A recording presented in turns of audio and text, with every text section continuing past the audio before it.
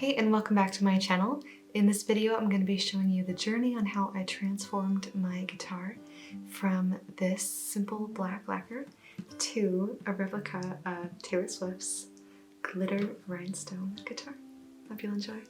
The short version of the process is on a time lapse here on the side of the screen, but if you'd like to join me for the long version, then keep watching this video. So basically, to do this, it took me 8,000 rhinestones in a year, so it's not for the faint-hearted, and you will need a little bit of persistence, and you can't quit right after you start. So just be prepared that it's going to take a little bit of time.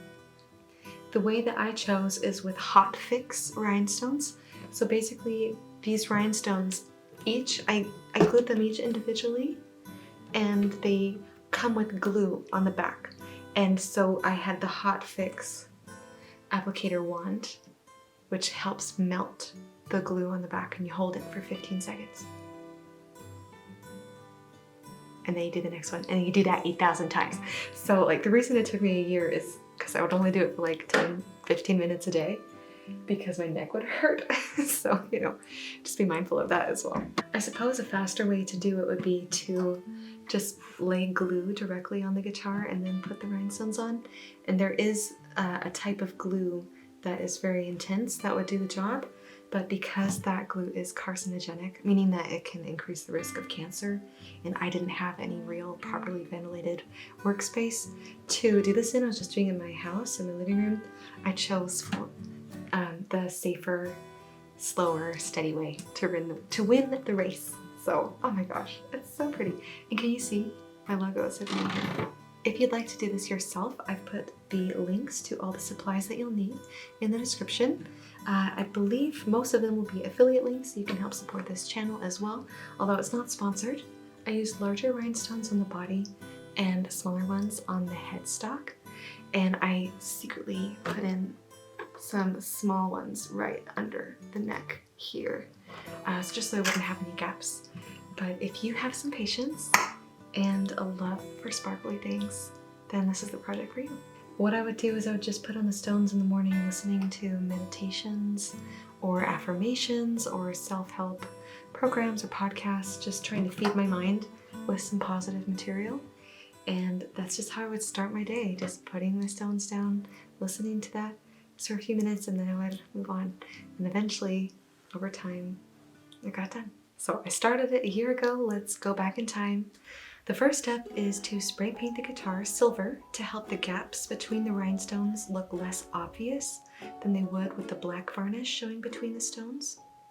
Before spray painting it, it's important to tape everything off that you don't want turning silver. I've taped off the sides and bottom of the guitar, the electrical elements, the tuning pins, the entire neck, front and back, and the bridge. I did this while watching a Christmas movie. It took me one roll of Scotch tape. Removing the tape was very awkward, however, so it might be better to use masking tape rather than Scotch tape like I did. Next, I will be very awkwardly taping off the sound hole. Perhaps there was a more glamorous way to do this, but it didn't occur to me, so if you have a better idea on how to achieve this step, then go for it. I recommend peeling off the pick guard if there's one on your guitar at this point, so the rhinestones will not be elevated on that region and you'll have an even surface at the end. I forgot to do that before I spray painted it and peeled off all the protective tape, so I had to awkwardly paint that part silver with my nail polish, and it annoyed me for a really long time. Before you spray paint the guitar, you have to sandpaper it so it has an easier texture to adhere to. This part of the process felt like a crime, felt very wrong, and my apologies to Yamaha guitars for sandpapering their logo. After seeing this shot, I think you can safely conclude this video is definitely not sponsored by Yamaha. Sorry guys. This might be the worst thing I've ever done. It's been scraped to hell and I feel like an awful person. This is the spray paint I'll be using on the guitar. It's from Rust-Oleum. It's super sparkly glitter in silver. So I'm going to spray this on the headstock and then also on the body.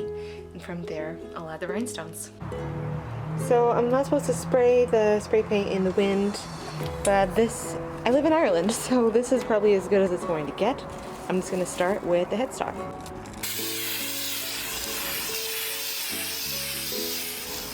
Oh, look how cute! I love it! It's so cute! Okay, I didn't expect it to look like that.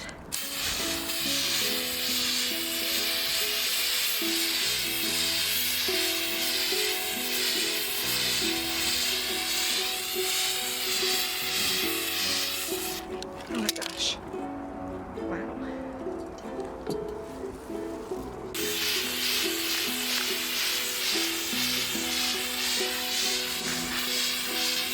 So it is a rare sunny day. I think I'm gonna let it dry for a few hours and then I'm gonna do maybe a few more coats of this glitter to make it a little bit thicker, a little more opaque, and then we'll see how it's looking after a few more coats. So the paint is dry now.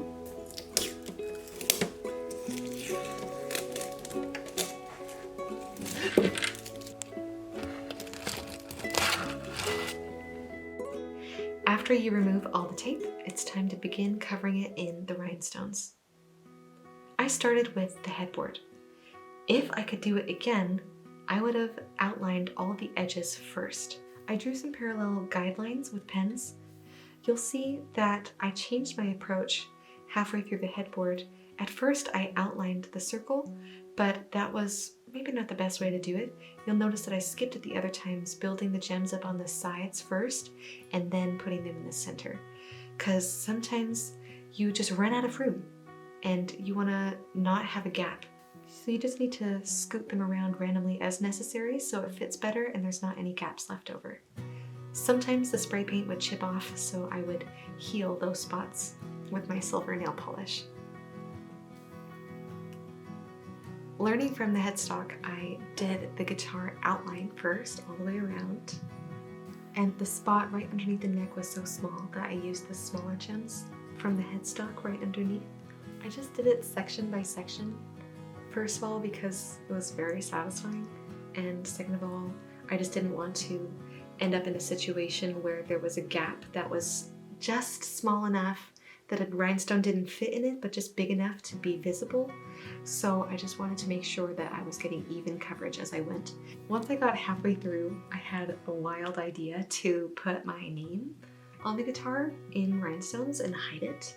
So what I did is I printed out my logo and then I transferred it by hand as best as I could. I outlined the logo in this size of the rhinestones, and then I outlined that with the small ones, and then I outlined that in the big ones again, if that makes any sense. And then I just connected that section by section. Here she is, I'm finally gonna finish it. Oh. End of a journey. I'm about to do the final gem. Jonas! Jonas! The final gem. The final gem. Oh my god. Here it goes. Sometimes they get stuck in there, so I have to use this to do math. Come on. Ah. Of course I've messed it up.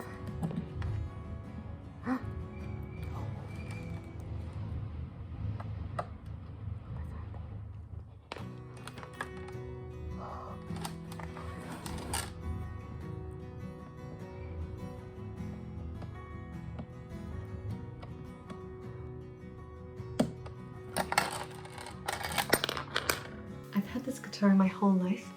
It has been in my home since my childhood. It was a gift for my father, and then he in turn gifted it to me. And I remember the day I called him, I'm like, Daddy, can I please cover it in glitter? He's like, fine. Oh my gosh, he just rolled his eyes and said, sure. I named the guitar the Dread Pirate Roberts when I was 13. And so, keeping in line with the Princess Bride theme, I renamed her to Buttercup after her transition was complete. think it's the perfect name.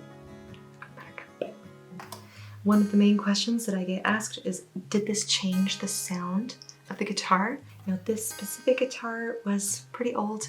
I don't even know how old it is because I don't know anything about its origin story before it came to my family, but it just didn't sound the most magical. And so I was at peace maybe risking the sound of the guitar because the sound wasn't that spectacular and I wanted it to look good rather than sound good. So it still sounds fine, but I just noticed that when I play it, sometimes you can just hear the tiniest little rattle of the gems just like vibrating against each other, which doesn't bother me. And I use the DI to perform with this guitar still, and it's fine, it sounds great, but I would never mic this guitar again. And to be honest, I never would have mic'd it anyway, so I guess it doesn't really matter. Craft metaphors incoming. So I always think about life when I do craft projects because unlike life, craft projects have very simple instructions, and if you follow the steps, then you're guaranteed to arrive at the outcome that you wished for at the beginning. And the small little steps that you take, you can have certainty that they're the right ones. And if you keep showing up, they will add up to the right picture. But you know, when it comes to life, I never know if the little steps I'm taking each day are the right ones to lead to the desired outcome. So I guess that's why I take comfort in craft projects and I enjoy them so sincerely. I felt a lot like this guitar was very much like me.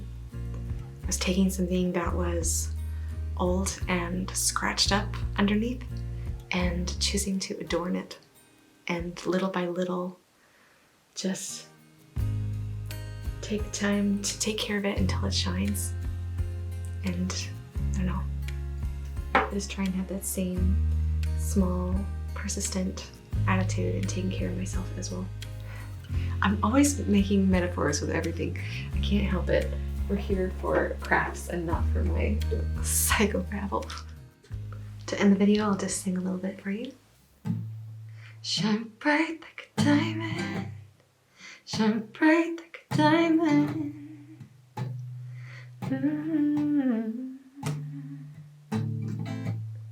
Shine bright like a diamond.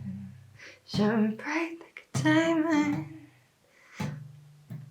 We're beautiful like diamonds in the sky. Thanks so much for watching. Have a great day.